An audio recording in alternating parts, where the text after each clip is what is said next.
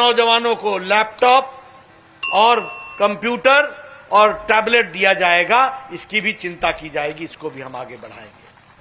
और मित्रों, मैं यहां आया हूं तो एक बात की आपसे जरूर चर्चा करना चाहता हूं। आप बताइए, अखिलेश जी की सरकार थी तो गुंडा राज था कि नहीं था?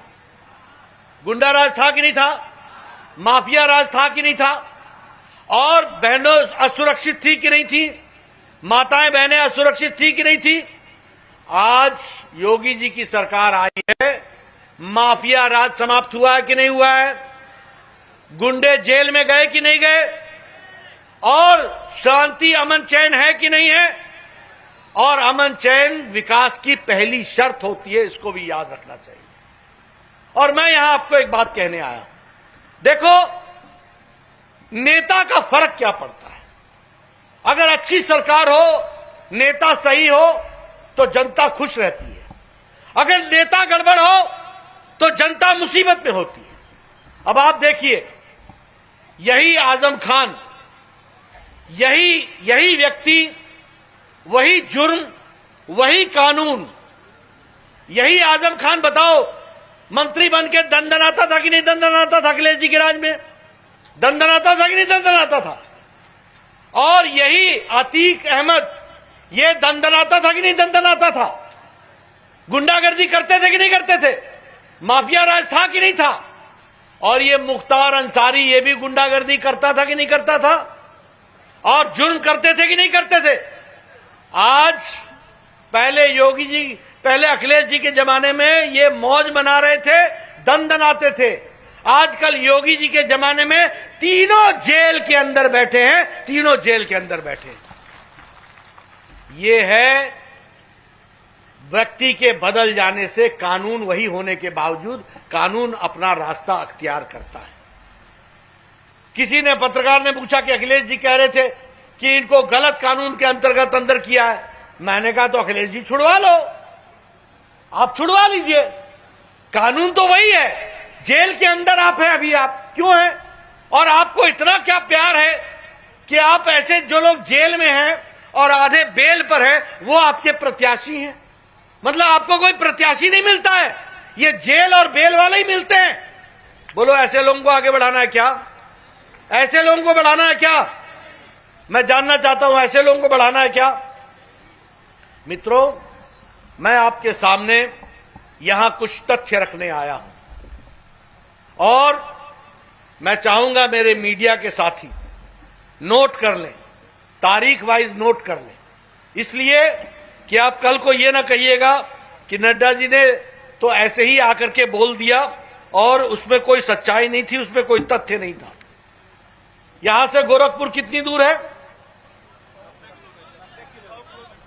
100 किलोमीटर। आप लोगों को मालूम है ना कि 22 मई 2007 को गोरखपुर में 3 बॉम्ब ब्लास्ट हुए थे, 3 बॉम्ब ब्लास्ट। एक बॉम्ब ब्लास्ट हुआ था बलदेव प्लाजा में, एक हुआ था गणेश चौराहा में और एक ब्लास्ट हुआ था जलकल बिल्डिंग में।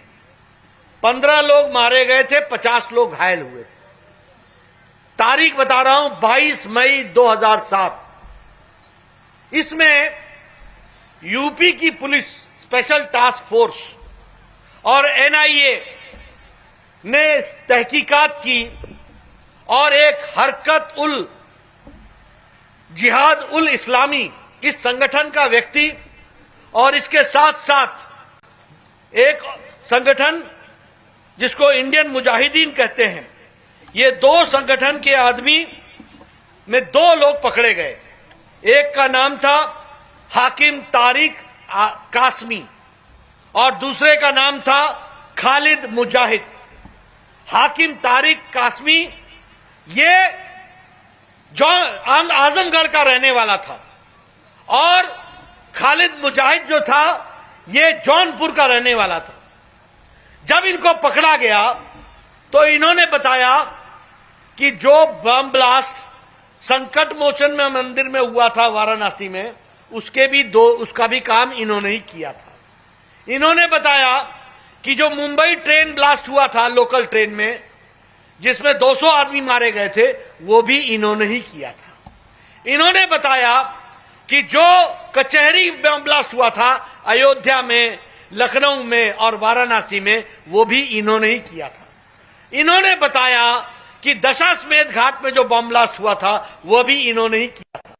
इन्होंने बताया कि दिल्ली में, गोविंदपुरी में, पहाड़गंज में और सरोजनी नगर में जो बम ब्लास्ट हुआ था वो भी इन्होंने ही किया था। ऐसे खतरनाक आतंकवादी को हमारे अखिलेश जी मुख्यमंत्री ने 26 अप्रैल, डेट नोट कर लेना, 2012 को, 26 अप्रैल 2012 को बतौर मुख्यमंत्री इन आतंकवादियों का केस वापस लेके इनको छुड़ाने का काम किया। तो अखिलेश जी ने किया। आप बताइए, ऐसे अखिलेश जी को आप लोग आगे बढ़ाएंगे क्या? ऐसे अखिलेश जी को बढ़ाएंगे क्या जो आतंकवादियों को छुड़ाता हो और बाद में इलाहाबाद के हाई कोर्ट ने कहा कि आतंकवादियों को छुड़ाने का किसी भी कानून में किसी मुख्यमंत्री को ताकत नहीं है। केस चला और केस चलने के बाद हाकिम तारिक कासमी को 4 जिंदगियों के लिए आजीवन कारावास दिया गया। 4 जिंदगियों के लिए आजीवन कारावास दिया गया। लेकिन अखिलेश जी ने इन लोगों को छुड़ाने का काम किया।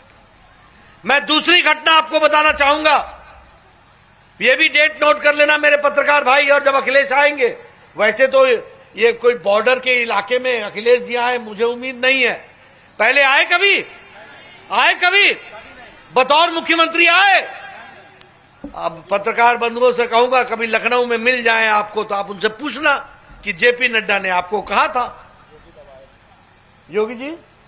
हाँ, योगी जी तो आएंगे। वो तो खैर जनता के बीच में रहने वाले आदमी हैं। मैं ठीक बोल रहा हूं कि नहीं बोल रहा हूं?